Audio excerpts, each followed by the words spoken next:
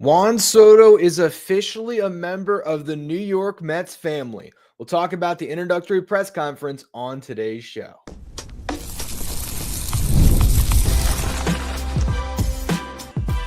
You are Locked On Mets, your daily New York Mets podcast. Part of the Locked On Podcast Network, your team every day. Hello to all you amazing Mets fans. You're watching Locked On Mets, part of the Locked On Podcast Network, your team every day. I'm your host, Ryan Finkelstein. If you want to find any of my work, follow me on X at Finkelstein Ryan. You can also find some of my writing at justbaseball.com, where I work as the managing editor. Well, this is a seismic day in the history of the New York Mets. Juan Soto has changed threads, gone from the Yankees to the Mets on a record-breaking contract, and it's now all in front of us. We saw Juan Soto put on a Mets jersey today. We saw the excitement around that entire media room with every word that was said.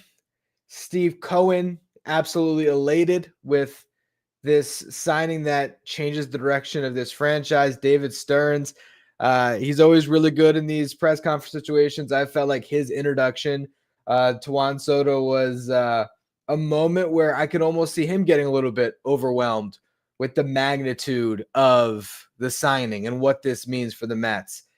It is such a crazy dreamlike feeling as a Mets fan to watch this all unfold because, yes, we've thought about this for a long time, right? We thought about this idea of, well, what if when Juan Soto becomes a free agent, he is that first massive free agent that Steve Cohen can sink his wealth into and allow the Mets to get a talent that never would have been possible under past ownership.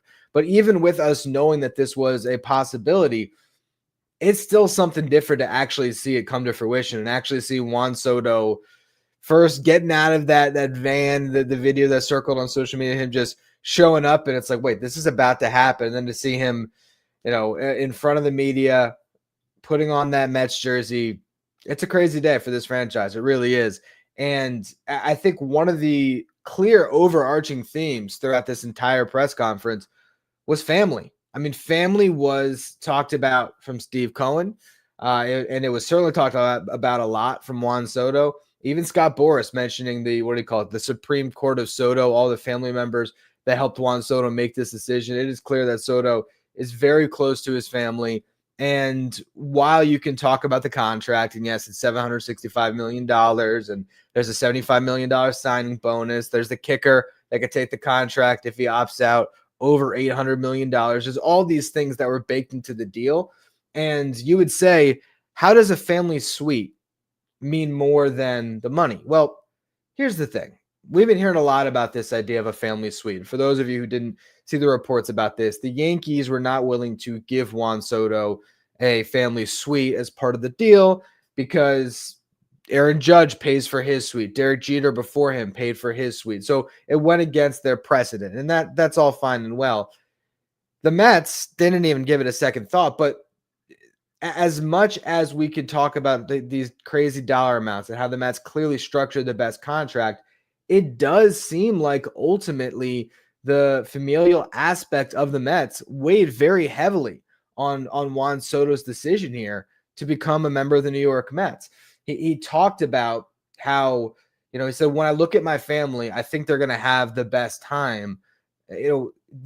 Alex Cohen deserves a huge amount of credit for getting this deal done, for what she has done at trying to make the Mets a family-friendly environment, what they have done so that families feel welcome to be part of the New York Mets and to make the experience of being a Met such a positive one for Mets players and their families. So when you are Juan Soto and you are looking at all these huge offers, a lot's going to weigh into it. If you are thinking about the future and you have a team that is going to take care of the people that matter most to you, I do think that could have made a really big impact. And you might have shrugged at that notion just from, the couple times that it's been reported about this suite. But when you hear Juan Soto in this press conference constantly talking about how the Mets are going to take care of him and his family. And it's beyond just $765 million. It's the way that they are going to shelter and protect his family as he enjoys the rest of what is shaping to be a Hall of Fame career in a Mets uniform. I think that really did move the needle in a big way. And, Steve Cohen and Alex Cohen, they made that pitch from the beginning instead of other teams that are hosting Juan Soto in, hotel rooms or hotel conference rooms. They brought him into their home. And Steve Cohen talked about a second meeting with Juan Soto being so important because he wanted to get down to a human-to-human level with him and really be able to understand who Soto was, to feel comfortable investing this level of money, but also to get Soto comfortable with the idea of being a member of the New York Mets. So, the more that you see both sides talking through this, it does really, to me, sort of hammer home this fact that, yes, the contract was an insane, unprecedented figure that they ultimately landed on. But the Mets didn't win this bidding solely with the pocketbook. They won this. It seems honestly like they sort of won the heart of Juan Soto with what they sold him on. And it's obviously not just, hey, a suite is everything, but it's the combination of all of it. It's the fact that you are motivated enough to sign Juan Soto that you go to that degree to put that contract in front of him. It's the fact that you sell him on a dynasty. Juan Soto multiple times said that word, dynasty, because I'm sure that has been articulate to him what the Mets' vision is. And their vision is to win championships. He talked about how hungry they are to win a championship and to want to make a dynasty with the Mets. That was his words exactly about one of the reasons that he was sold on the Mets' vision. And he said that the future that this team has a lot to do with my decision. He completely bought into what the Mets were selling him. And I think the largest portion of that is having an owner as committed as Steve Cohen and Alex Cohen are towards winning and being that first-class organization. And to be a first-class organization, you have to have first-class players. And they've had that over the first 4 years of ownership of Francisco Lindor, who's been there the whole way.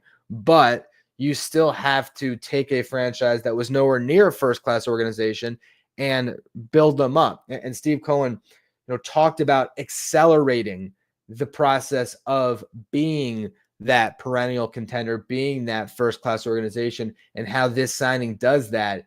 It legitimizes the Mets in a lot of ways, and that's what I want to talk about in the next segment. I want to talk about the Steve Cohen side of things a little bit more, the legacy play that this is to get Juan Soto in a Mets uniform, and what that vision is long-term. So we'll get to that in just a minute. First, though, a quick word from our sponsors.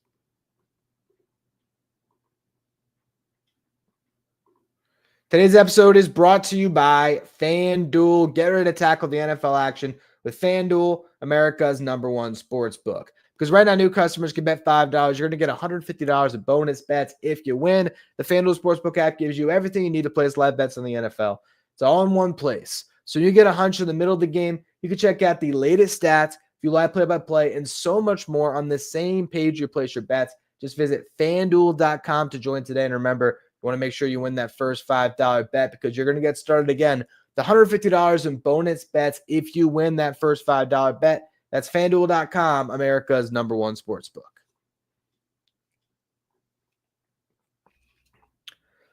Stay up to date with all the latest in the world of sports. You can check out Locked On Sports Today, streaming 24/7 on YouTube. And if you're watching on stream on YouTube right now, do me a favor, hit that subscribe button. Our next goal is to get to 12,000 subscribers. I appreciate all of you who continue to subscribe. All right, so I want to talk about Steve Cohen a little bit in all this because obviously this was one of the more significant days in Mets franchise history. I think since Steve Cohen took over, there's been a couple sort of seminal moments. Obviously, his initial introduction as the owner, but then you had the extension of Francisco Lindor after making the trade. And then I think David Stearns was the next big pillar that the Mets were able to establish. And now Juan Soto, you have this duo now in Lindor and Soto, two of arguably the top 10 players in baseball. And that gives you a legitimate chance to win and win a lot right now. But Cohen talked about after the Mets clinched the NLCS, wanting to change that negative Mets perception And he said it again today. He said the goal is to change how the Mets were viewed. I think we are on the path to changing that. He said, my goal is that the Mets are one of the elite premier teams in Major League Baseball. A lot goes into getting to that level, and winning is the most important thing. But he's right. There's a perception about the New York Mets, and it doesn't go away overnight, clearly. Because I think if you actually look at this franchise over the last 4 years, they've largely been run in a pretty successful manner. The first year, I mean, that is so tough to go from the Wilpon era to the Cohen era, snap your fingers overnight and be a winning team. But they were in first place for the first half of that season before it eventually fell apart. Lindor getting hurt didn't help that year. But the bottom line was that was the very beginning. 2022, you win 101 games. You make the playoffs. 2023, yes, it was a horrible season, but the Mets were able to take Steve Cohen's advantages that he brings to the table to buy down those contracts and improve the farm system. And they were really big winners of that trade deadline. And then you had the NLCS run. So ultimately, the LOL Mets, as much as you still look at that down year in 2023, and that brought back a lot of past trauma for Mets fans, I do think this franchise has been run rather well the last couple of years. But when they make this signing for Juan Soto, what's the first thing that people are saying? It's an overpay. It's a crazy contract. The Mets have to win to eventually get to that point where they're respected as one of the elite franchises in Major League Baseball. But I do think that the tide is turning a little bit in the industry just because of their ability to be this franchise now in this current market, that two of these high upside arms chose the Mets because of what they're evolving into. Frankie Montas and Clay Holmes. Clay Holmes trying to make a transition to be a starting pitcher. Which franchise should he go to get him to that level where he can actually succeed as a starter in the big leagues? I'm going to choose the Mets. Frankie Montas wants to bounce back after a little bit of a rough year, establish himself before he hits the market again. Where should he sign? The Mets. And then now at the absolute top of the market, you have Juan Soto, where he got $760 million contract offers from the Blue Jays and the Yankees as well. And the Yankees in particular, he just went to the World Series with them. Yes, their deal was 16 years. Yes, it was $60 million of a signing bonus instead of 75. But you never know if Scott Boras took those numbers to Steinbrenner and said, hey, this is the deal. If you can match it, so does a Yankee. You never know what would have happened because they never got that opportunity. Juan Soto chose the New York Mets and their future. And that says a lot about the direction of this franchise. And now it's a snowball effect where now that you landed Juan Soto, the next time where you decide that you want to spend on a big free agent and they have to make a decision between two teams, the Mets have Soto and Lindor. They are immediately a more attractive destination for future players to sign. We've been talking about Roki Sasaki a little bit this week. He's going to have his decision next month, and it's not really going to be about money. It's going to be more about fit. Where does he see himself for the next 6 years to really become one of the premier pitchers in Major League Baseball that could eventually get the crazy contract? Which franchise does he trust with his prime here? The Mets now look like a more attractive destination because if you want to win, one of the best players in the game is at the forefront in Juan Soto. So I really do believe that this signing does sort of set a line in the sand in Mets history of before Juan Soto, after, and how the Mets are viewed. And you would think after 10 years, if this run is successful and the Mets are able to get a World Series title, much less multiple, the Mets of old, the LOL Mets, the everything that can go wrong will go wrong, the laughing stock, sooner or later, that stuff has to erode away. And the Mets are probably going to become one of the more hated teams in Major League Baseball. As a Mets fan, I sort of welcome that because I prefer to be the hated winner than to consistently deal with watching a lovable loser. But it really does mean a lot. And I think when you sort of boil down this investment for Steve Cohen, because again, you can say it's a crazy amount of dollars, and it is. It is. I mean, Juan Soto next year, this year, 2025, coming up, he just signed the $75 million signing bonus. For the 2025 season, if you look at the cash he's going to receive from the Mets on Spot Track, it's $121 million and then some on top of it, because he is making that $75 million signing bonus, and he's still going to collect $46.8 million in salary for the 2025 season. For one player to get over $100 million in a calendar year from a team, it's never been done before in the history of American professional sports. It hasn't. So yes, this contract is crazy in a lot of ways. But with that said, to put yourself in Steve Cohen's shoes of why this makes sense, he's building a legacy with the New York Mets. All of it is about legacy. He, as a Mets fan, has wanted to see this franchise atop for a long time. And obviously that's a big part of his motivation as a fan, and wanting to be almost the Robin Hood of Mets fans, giving back to this fan base and getting them on top. Like that's a huge part of it. But also, this is a guy that, he will be remembered as the owner of the New York Mets. What he's done in finance and everything else, like that's how he built his wealth. But he is going to go down in history for what he has done as the as the owner of this franchise, and how he changed the narrative. If you think about this as an investment, yes, you are spending probably $200 million more than you maybe should on Juan Soto, for being really honest, of what he should have been worth between what he got.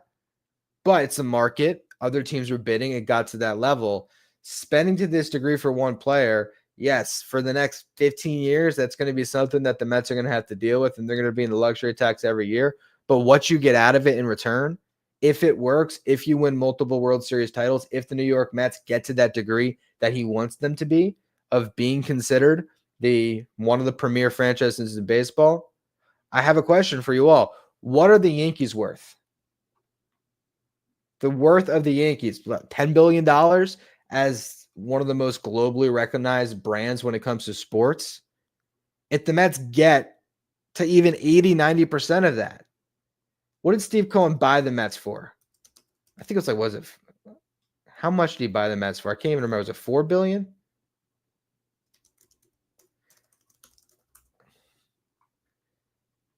$2.4 billion. It was funny. I was thinking 4.2, so I was just a little dyslexic there. So $2.4 billion. If the Mets at the end of this Juan Soto deal are worth $8 billion, $9 billion, $10 billion, when you are Steve Cohen rich and you define your worth by your net worth, as an investment, yes, you have spent a ton on this one contract and Lindor and everything else that goes into it.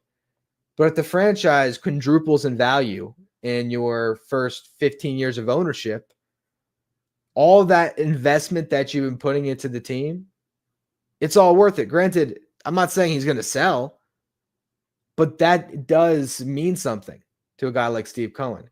And everything that he has done in this now we're entering year 5 of the Steve Cohen era, has been investing into every asset or every aspect of the New York Mets to get them to that gold standard. And as Mets fans, we just get to sit back and enjoy seeing this franchise transform and go from that lovable loser to a team that year in, year out should give us a team that is in contention to win it all. Will it happen? That's where the pressure comes in. But this signing, it comes down to a lot more than $765 million. There is a lot of weight behind what it meant to land this player at this age from that team in the Yankees, and what it means for this Mets team moving forward. What I want to talk about in the final segment here is the pressure on the New York Mets to win. We're going to go through that in just a minute. First, though, another quick word from our sponsors. Today's episode is also brought to you by Game Time. Game Time, the fast and easy way to buy tickets for all of the sports, music, comedy, and theater events near you. And Game Time Picks is a feature that's going to make it easier for you to get tickets to your favorite live events, because they'll filter out the fluff and show you only incredible deals on great seats So don't have to waste your time searching through thousands of tickets with Game Time Picks. You just see the best possible deals. You can view your seat before you buy, so you know exactly what to expect when you arrive. You can buy tickets in a matter of seconds. Download the Game Time app, create an account, use the code LOCKEDONMLB. You're going to get $20 off your first purchase. Terms apply. Again, create an account, redeem the code LOCKEDONMLB for $20 off. Download Game Time today. What time is it? It's game time.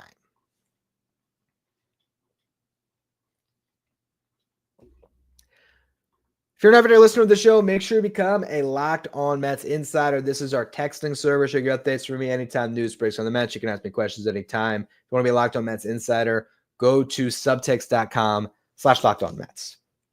All right, so there's pressure on the Mets to win.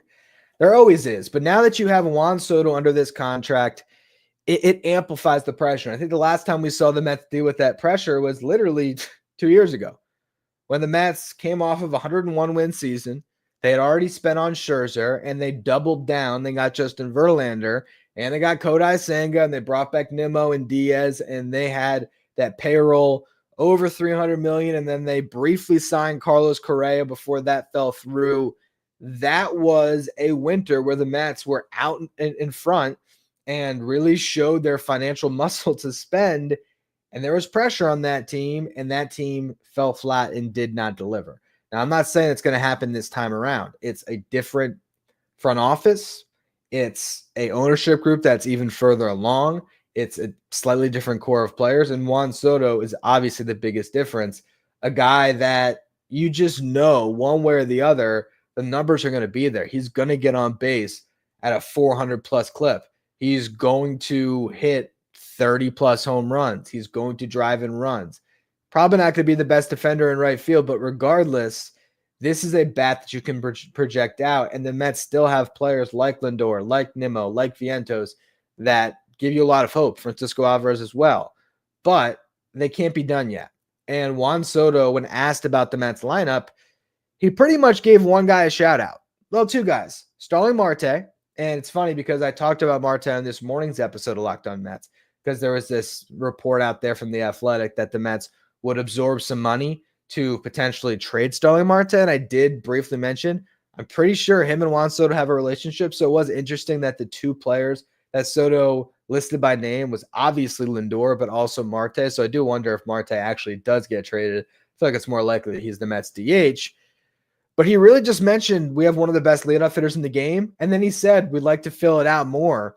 The Mets are going to add. And tomorrow's show, it's going to be off of an article I just wrote for Just Baseball, and I'll dive into that more on that episode. But essentially, I was talking about a larger plan for the New York Mets and honestly, Scott Boras.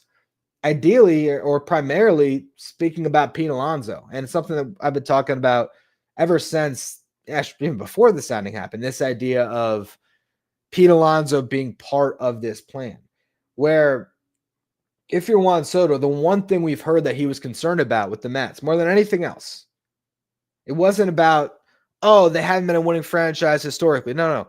It was, who's hidden behind me? Where's my protection in the lineup? He just got to enjoy Aaron Judge for a whole season where he got pitched to a little more than he ever has because you have such a feared hitter in the on-deck circle. Who's on the on-deck circle on opening day right now?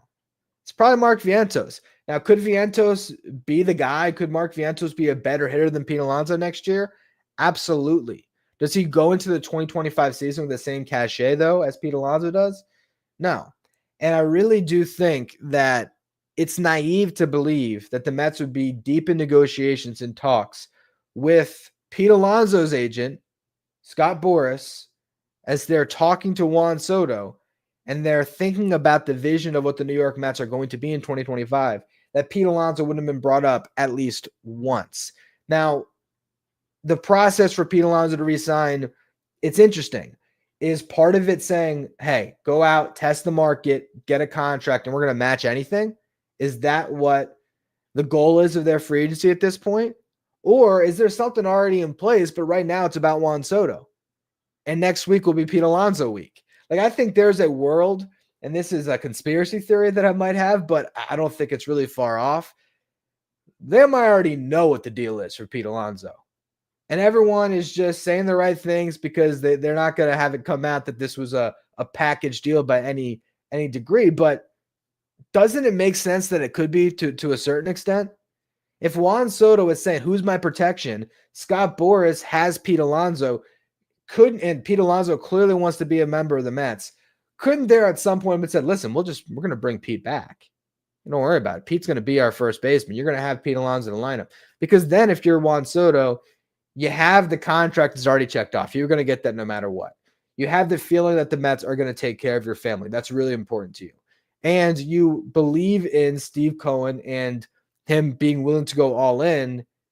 You don't think they're going to go cheap on Pete, are you?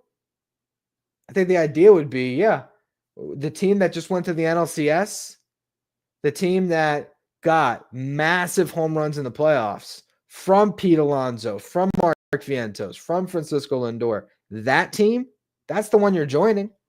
It's the same lineup, but you add Juan Soto in the mix. That's what makes this move something where Juan Soto could buy into the Mets' vision for the short term, as well as, of course, just this idea that here's an owner that's going to keep spending.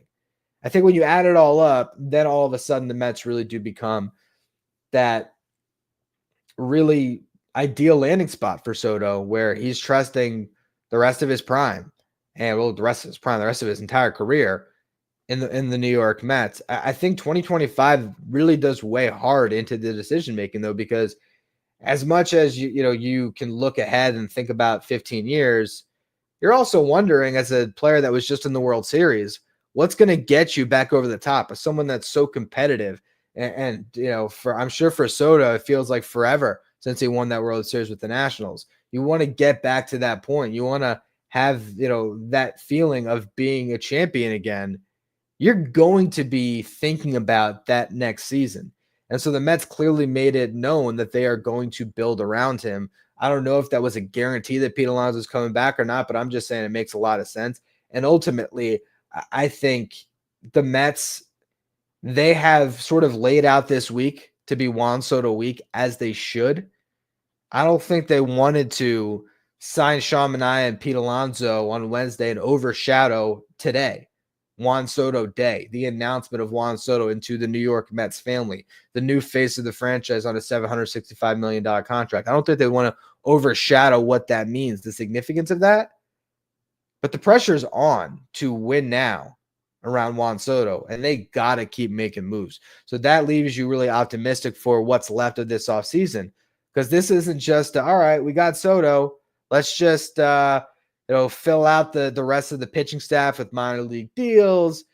He's locked up. He's under contract. He's not going anywhere. Like, this is it. This is the time to go all in on the New York Mets. And I think Cohen's going to be very willing to spend. I think David Stearns is going to identify the right deals to go after. And ultimately, I think part of it could just be bringing back your guys with Pete Alonso, Sean Manaea, and then it's going out and saying, all right, who can we get to pitch in the eighth inning? Are the Mets a player to trade for Devin Williams? I think that's a very realistic possibility when you consider David Stearns and being able to negotiate with his former team, having some pieces that make sense for the Brewers going into next year, some guys that could contribute at the big league level right away, but give them more control. I think that's what the Brewers would value in a trade for a Devin Williams. So I think all these pieces are going to start to fall into place. And I imagine that some of the players of interest have already been articulated to Juan Soto. So when he says we still need to fill it up a little bit, I think the Mets will fill out this roster. And I think they will enter next season as the prohibitive favorite to win in the National League East. Do I think they're going to be considered the favorite of the Dodgers? I don't think anyone will. The Dodgers have stockpiled so much talent. But right now, if you ask me where are the Mets in the National League East, I'd say, quite honestly, the Braves are still probably number one in my eyes. And the Mets and the Phillies are right there. Like, I think the Phillies have better pitching. I think the Mets have a better lineup. But I think when it's all said and done and we get to that final move of the offseason when the Mets put whatever finishing touches on this roster, I think we're going to look at a bullpen that's going to have some arms next to Edwin Diaz you feel comfortable with. I think the rotation is going to have another frontline starter, and they're going to have plenty of depth. And I think Pete Alonso will be back to protect Juan Soto, and this lineup is going to look really dangerous if you can start off in your first 5 hitters, you got Lindor, Soto, Alonso, or Vientos, and then Nimmo mixed in there, I think you'll have a team that is going to look really scary come opening day, and I'm excited to watch it. I can't wait to see that first at bat with Juan Soto in a Mets uniform, the way the fan base cheers every time he comes up to the plate.